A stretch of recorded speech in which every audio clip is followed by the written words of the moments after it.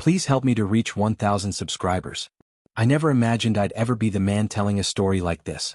For a decade, I walked through life believing my marriage was solid, unbreakable, the kind of partnership people envy. My wife and I had survived financial struggles, sleepless nights, and countless sacrifices. Loyalty, I thought, was the one thing we would never lose. I couldn't have been more wrong. It began with what looked like harmless late nights at the office. She said she was buried in deadlines and heavy projects, and I didn't question it. She was driven, and I admired that. But slowly things stopped adding up. Her phone was always on silent. She guarded her messages like they were state secrets. Every time it rang, she stepped away to answer it. My instincts recognized the truth long before my mind was willing to accept it. She was seeing someone else. The final blow came the night I decided to surprise her with dinner at work. Instead of finding her inside, I saw her outside in the parking lot leaning against her boss's car, laughing in a way I hadn't heard in years. Then he kissed her, boldly, confidently, and she didn't flinch, didn't push him away, didn't even hesitate. In that instant, something inside me collapsed. 10 years of trust and devotion fell apart in a single breath. I didn't confront them. I drove home with shaking hands, feeling like the world had swallowed me whole. When she eventually walked through the door, she looked me right in the eyes and lied without a blink. "Long day at work," she said. That lie hurt more than the kiss I'd witnessed, because it proved she chose dishonesty over our marriage. And still I didn't yell. I didn't accuse her. I didn't reveal what I knew. Instead, I quietly prepared my next steps. If she thought she could break me and face no consequences, she didn't know me at all. Then fate intervened. Her boss had a daughter, Claire. I'd met her a handful of times at company functions. She was nothing like her father. Younger, self-assured, outspoken. She openly criticized him for being controlling, arrogant, and hypocritical. A few weeks later, I ran into her at a cafe. She immediately noticed something was off. "Rough day?" she asked. I almost laughed. She had no idea. I didn't spell everything out, but I hinted enough for her to understand something was deeply wrong at home. Claire's expression changed.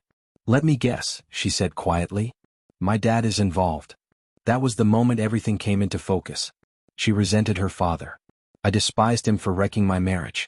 Two wounded people suddenly standing on the same side. We talked. At first, it was just venting, long conversations about betrayal, trust, and how the people closest to you can hurt you the most. But as the days passed, something shifted. She made me feel seen at a time I felt invisible. She reminded me that I wasn't worthless, that my wife's actions didn't define my value. Eventually, the line blurred and we crossed it, not because of lust but because pain can pull two broken souls together. Claire and I became each other's escape. She wanted to expose her father's hypocrisy.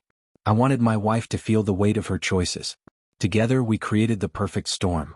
And I didn't hide it. I left my phone unlocked one evening with my messages from Claire open. When my wife saw them, the color drained from her face. "You're with her?" she screamed. I looked at her, calm, steady, and said, "I just followed your lead." Everything exploded. She ran crying to her boss.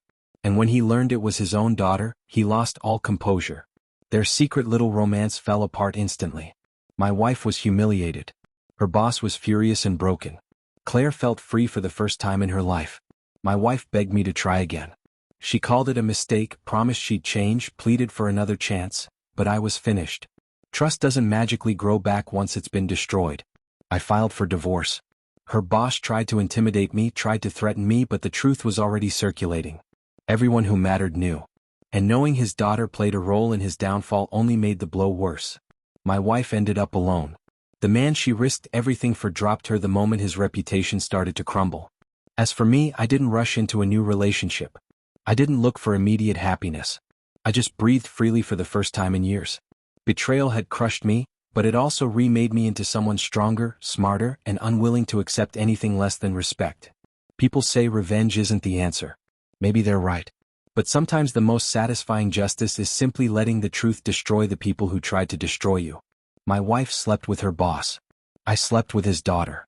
And when everything settled, they were left standing in the ruins they built. But there's one last scene. The final time I saw my wife, she was standing on our old front porch, eyes swollen, voice trembling. "Please, don't leave me like this. We can fix it."